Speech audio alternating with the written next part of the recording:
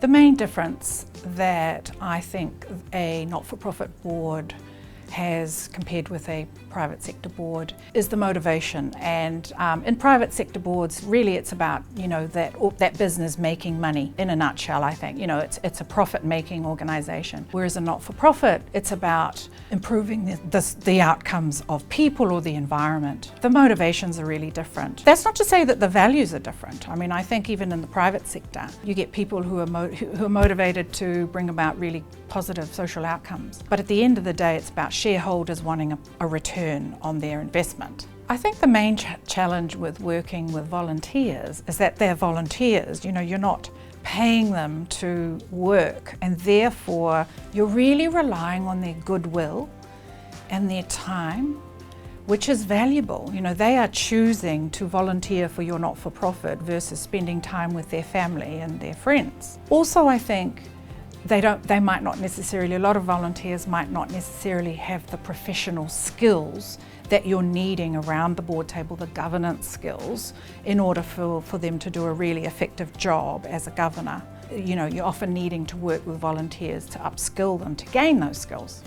There are significant challenges when you're a chair of any organisation, but in a not-for-profit, I think the struggle for funding, for sustainable funding is absolutely, front and centre, unless you have a multi-year agreement with a main funder. So I think that's a struggle, not just for chairs, but for whole boards. But if that's sorted, it's like any team sport and being the leader of any team sport. You're corralling a whole lot of diverse people with diverse personalities and different ranges of skills and experiences, and bringing them all together with diversity of view. Working as a team, I think, can also be quite challenging, especially when people are really passionate about the kaupapa. They're not being paid to do this, and so trying to get the most out of everybody that you have around the board table can sometimes be challenging.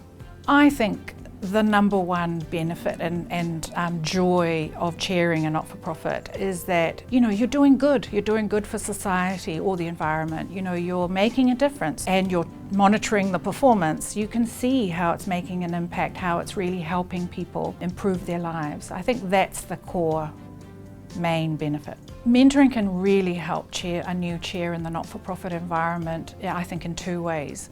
One, in a practical way of getting really good information about a particular thing. For example, if somebody's needing to know some information about how to do something in the financial area, an experienced chair being able to refer them to certain information, might be an online resource, referring them to somebody that they know who can help, and just sharing what they've learnt about the financials, along the way too. So really practical stuff, information, but as well as that, the more nuanced stuff around people and behaviour and culture.